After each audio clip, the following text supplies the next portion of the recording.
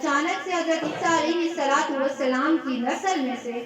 جو یاجوج ماجوج ہیں، ہر کسی کو یہاں پہ پتا ہے، ہم لوگ بچپن سے کیسے کہانیاں یاجوج ماجوج کی سنتے آئے ہیں، تو تب یاجوج ماجوج نکلیں گے جب دنیا کے اندر امن و سکون پھیل چکا ہوگا، اور سد ذوالقرنین جو ہے وہ ٹوٹ جائے گی۔ حضرت ذوالقرنین علیہ السلام نے جو دنیا کا دورہ کر رہے تھے، جو دیوار بنائی تھی، وہ جب ٹوٹ جائے گی تب یاجوج ماجوج جب باہر نکلیں گے تو بڑے بڑے دریا ہوں گے، سمندر ہوں گے، سب کے سب پی جائیں گے، دنیا کے اندر تباہی مچا دیں گے۔ اللہ تعالیٰ حضرت عیسیٰ علیہ السلام کو حکم دیں گے کہ اے عیسیٰ، تو اپنے بندوں کو، اپنی امتیوں کو، میرے بندوں کو لے کر فلاں پہاڑ پر چلا جا، اونچی پہاڑیوں پر چلا جا، اور جو مومن دوسرے مسلمان ہوں گے مضبوط قلعوں والے، وہ مضبوط قلعوں کے اندر رہیں گے۔ پھر اللہ تعالیٰ حضرت عیسیٰ علیہ السلام کو جب حکم دیں گے تو حضرت عیسیٰ علیہ السلام وہاں پہاڑ پر اپنے امتیوں کو لے کر چلے جائیں گے، اپنے ساتھ مسلمانوں کو وہاں پر رہیں گے۔ پھر حضرت عیسیٰ علیہ السلام اللہ تعالیٰ سے دعا کریں گے تو اللہ تعالیٰ بڑے بڑے پرندے، غیبی پرندے بھیجیں گے جن کی جو گردنیں ہیں وہ اونٹوں سے بھی زیادہ بڑی ہوں گی۔ ایسے اچانک سے پرندے آئیں گے، ان کی لاشوں کو کہیں دور جا پھینکیں گے، کیونکہ جب حضرت عیسیٰ کی دعا سے وہ یاجوج ماجوج مر جائیں گے، یہاں تک کہ وہ اتنا قتل و غارت کریں گے، کہیں گے ہم نے دنیا کے تو سابق لوگوں کو مار ڈالا، اب رہ گئے آسمان والے، آسمان بھی تیر چلائیں گے، اور آسمان سے پھر ایک مچھلی کا تھوڑا سا خون اللہ تعالیٰ فرشتوں کو حکم دیں گے کہ اس کے آگے تیر کے لگاؤ، تاکہ وہ جو گمان کر رہے ہیں اس کا گمان میں وہ سچ نکلے، اور پھر وہ کہیں گے اب تو ہم نے آسمان والوں کو بھی مار دیا۔ پھر حضرت عیسیٰ علیہ السلام کی دعا سے سارے یاجوج ماجوج مر جائیں گے، دنیا کے اندر ساری بو پھیلنا شروع ہو جائے گی، اور کیسے مریں گے؟ یہاں پہ ایک اللہ تعالیٰ ان کا دانہ نکالیں گے، طاعون کی بیماری کی طرح ایک بیماری پھیل جائے گی اس کے اندر۔ وہ جب سب مر جائیں گے، وہ بھی ہماری طرح یہ انسان ہے، وہ کوئی اور نہیں ہے، حضرت نوح علیہ السلام کی نسل سے ہے، ٹھیک ہے؟ بہت ظالم، جابر، قتل و قتال، غارت کرنے والے تھے، جو ان کے ساتھ علاقے پڑھتے تھے ان کو قتل و غارت کر دیا کرتے تھے۔ پھر وہاں کے لوگوں نے کہا کہ یہ ہمارے ساتھ ایسا کرتے ہیں، تو حضرت ذوالقرنین کا جب وہاں سے گزر ہو رہا تھا تو انہوں نے وہاں پہ سد ذوالقرنین بنائی تھی۔ اب یہ لوگ مر جائیں گے اور بڑے بڑے پرندے آ کے ان کو اٹھا کے لے جائیں گے، کہیں دور جا کے پھینک دیں گے۔ اب اللہ تعالیٰ بارش برسائیں گے دنیا کے اندر، دنیا بالکل پاک صاف ستھری ہو جائے گی، اچھا سبزہ نکالے گی، کوئی دنیا کے اندر کفر والا بندہ نہیں رہے گا، سارے اللہ تعالیٰ کے فرمانبردار ہو جائیں گے۔ اب جب سارے اللہ تعالیٰ کے فرمانبردار ہو گئے ہیں، فتنے ختم ہو گئے ہیں،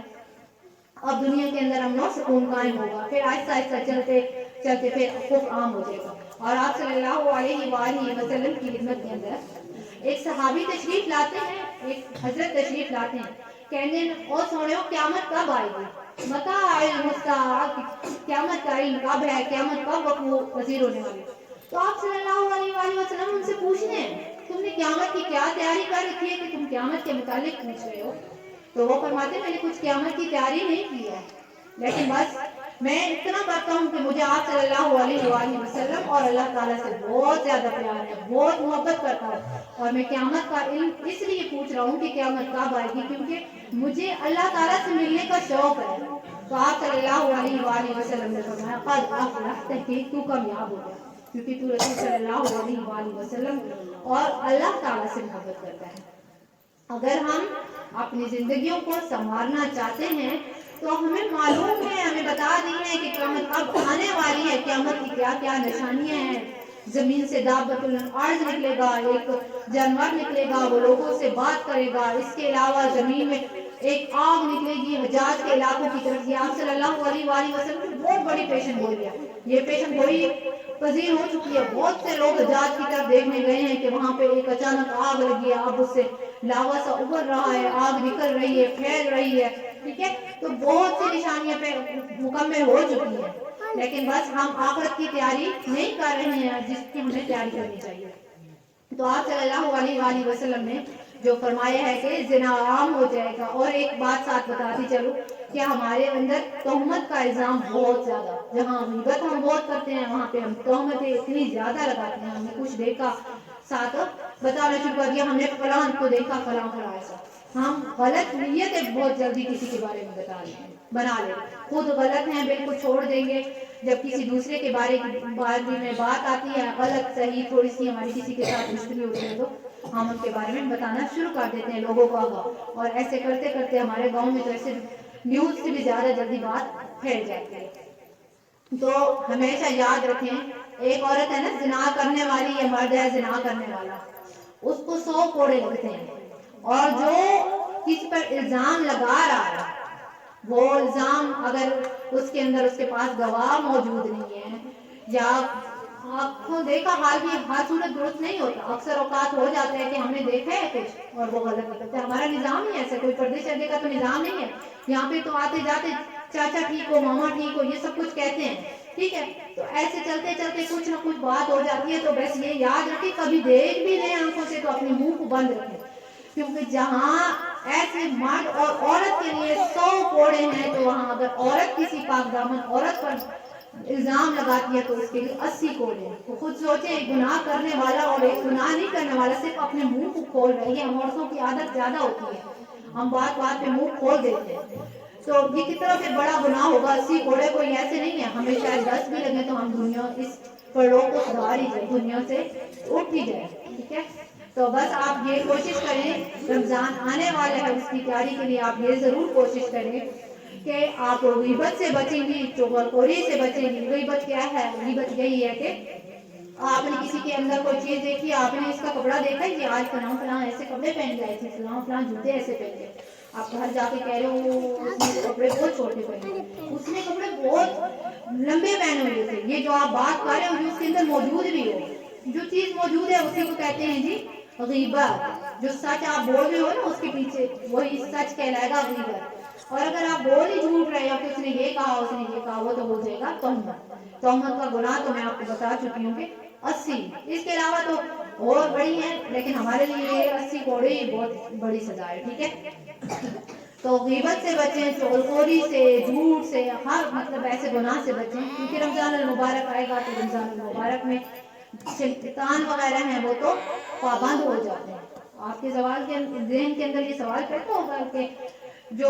فرشتے وغیرہ ہیں وہ جب جنات یہ کون سے ہوتے شیطان وغیرہ کو جکڑ لیتے ہیں پھر بھی ہم گناہ کر رہے ہوتے ہیں، رمضان سے آ جاتا ہے، وہ میری ماں بہنوں ہم گناہ کر کر کے اتنے عادی ہو جاتے ہیں، اتنے عادی ہو جاتے ہیں کہ ہمیں یہ تمیز ہی بھول جاتی ہے کہ گناہ کیا تھا ثواب کیا تھا، پھر وہ ہم گناہ کے جب عادی ہو جاتے ہیں تو پھر گناہ کرتے ہی چلے جاتے ہیں۔ وہ ہمارے ساتھ اس وقت رمضان میں شیطان نہیں ہوتا ہے، بس ہم فطری طور پر جو ہم گناہ کے عادی ہو چکے ہیں۔ ویسے آپ کسی چیز کو دیکھتے ہیں دنیا کے اندر یا کرتے ہیں، کچھ دن آپ کوئی چیز کرتے ہیں تو اس کے بعد آپ مطلب گناہ کرنے یا کسی چیز کے آپ عادی ہو جاتے ہیں، آپ کے ذہن کے اندر آتے ہیں کہ میں نے آج یہ چیز چھوڑ دی، آج میں نے یہ کام چھوڑ دیا، پتہ نہیں کون سا آج میرا کام رہ گیا۔ تو یہی حال ہے کہ ہم جب رمضان المبارک آتا ہے، اتنا بابرکت مہینہ کہ اللہ تعالیٰ فرشتوں کو حکم دیتے ہیں کہ جنتوں کو تیار کرو، اے بابرکت مہینہ آ رہا ہے، لیکن ہم لوگ اس بابرکت مہینے کی بھی جو برکات ہیں ان کو حاصل نہیں کر سکتے، ان کو حاصل نہیں کر سکتے، ہم ان کو چھوڑ دیتے ہیں، اپنے والدین کی نافرمانی کر رہے ہوتے ہیں، ان کا کہنا نہیں مان رہے ہوتے ہیں، ٹھیک ہے۔ سب سے زیادہ جو نوجوان نسل کے اندر ہمارے اندر جو بات آ چکی ہے وہ ہے والدین کی نافرمانی۔ والدین کو تو قرآن پاک اف لکما بھی کہنے سے منع کیا گیا، اف تک بھی کہنے سے منع کیا گیا، تو ویسے تو ہم پھر آگے کتنے الفاظ کہہ رہے ہیں، ٹھیک ہے۔ تو اللہ تعالیٰ سے دعا ہے کہ اللہ تعالیٰ ہمیں اتنے بڑے بڑے گناہوں سے ساتھ چھوٹے چھوٹے گناہوں سے بھی معافی فرمائے، ہمارے گناہوں کو معاف فرمائے۔ ہم بڑے گناہوں سے تو بچ جاتے ہیں، جو ہمارے چھوٹے چھوٹے گناہ ہیں ان پر ہم توجہ نہیں دیتے، اور جو بڑے گناہ ہیں وہ ہمارے لیے خطرناک ہیں، لیکن اتنے نہیں جتنے ہمارے لیے چھوٹے گناہ خطرناک ہیں۔ چھوٹے گناہ کیوں خطرناک ہے؟ آپ یہ کہہ رہے تھے آپ تھوڑا سا چھوٹا سا گناہ ہے چھوڑو، چھوٹا سا سمجھ کے آپ نے ایک کر لیا، دوسرا کر لیا، تیسرا، یہ جو 4 5 10 اکٹھے بن جائیں گے تو وہ بڑے سے بھی بڑا گناہ بن جائیں گے۔ اور اللہ تعالیٰ کی رحمت تو وسیع ہے کہ اللہ تعالیٰ فرماتے ہیں کہ اگر تم آسمان بھر تک گناہ کرو گے اور مجھ سے کہو گے کہ اللہ میری توبہ، ٹھیک ہے، تو اللہ تعالیٰ معاف فرمائیں گے۔ تو آپ لوگ بھی کہیں اللہ میری توبہ، ساتھ کہیں شاباش، شرمایا نہیں کریں، یا ہم لوگ مجلس وغیرہ جو بھی اہتمام وغیرہ ہوتے ہیں یہ اس لیے ہوتا ہے تاکہ ہمارے دل بھی اسلام سے نورانی رہے، اللہ تعالیٰ کے ساتھ جڑے رہیں، آپ کی بھی دل جوڑے رہے. پھر میں ساتھ آپ لوگوں سے بہت تہ دل سے شکریہ ادا کروں گی کہ آپ لوگ اتنا قیمتی وقت اتنے دور دور سے آئی ہیں یہاں پہ بیان سننے کے لیے. تو نہیں معلوم, مجھے اتنا کچھ خاص بیان کرنے نہیں آتا, لیکن بس میری کوشش تھی کہ میں اپنا بیسٹ دینے کی کوشش کروں تاکہ آپ کے دماغ کے اندر کچھ بیٹھے. اگر کچھ آپ لوگوں کو سوال ہو تو وہ بھی آپ ان سے پوچھ لیجئے گا. تو اللہ تعالیٰ سے دعا ہے کہ اللہ تعالیٰ ہمیں کامیابی و کامرانی نصیب فرمائے. اور بچوں کے پیپر آنے والے ہیں خاص طور پر, تو اللہ تعالیٰ ان سب بچیوں کو, کافی مطلب اسکول سے تعلق رکھنے والی بچیاں آئی ہیں, تو اللہ تعالیٰ سب کو کامیابی عطا فرمائے اور ہمیں بھی کامیابی عطا فرمائے. تو جس ماؤں بہنوں کی کوئی بھی مشکلات وغیرہ ہیں تو اللہ تعالیٰ دور فرمائیں گے. جن بچوں نے قرآن پاک مکمل کیا ہے, اس قرآن پاک کے صدقے, اس کی برکات کے صدقے اللہ تعالیٰ ہمارے صغیرہ کبیرہ گناہوں کو معاف فرمائے. جتنی ہماری ٹینشنیں ہیں, پریشانی ہیں, ان سب کو دور فرمائے. کیونکہ یہ صرف ہمارا اللہ جانتا ہے کہ ہمیں کیا پریشانیاں ہیں. ٹھیک ہے, تو ابھی دعا میری والدہ محترمہ کروائیں گی انشاءاللہ. تو شاید مجھے نظر نہیں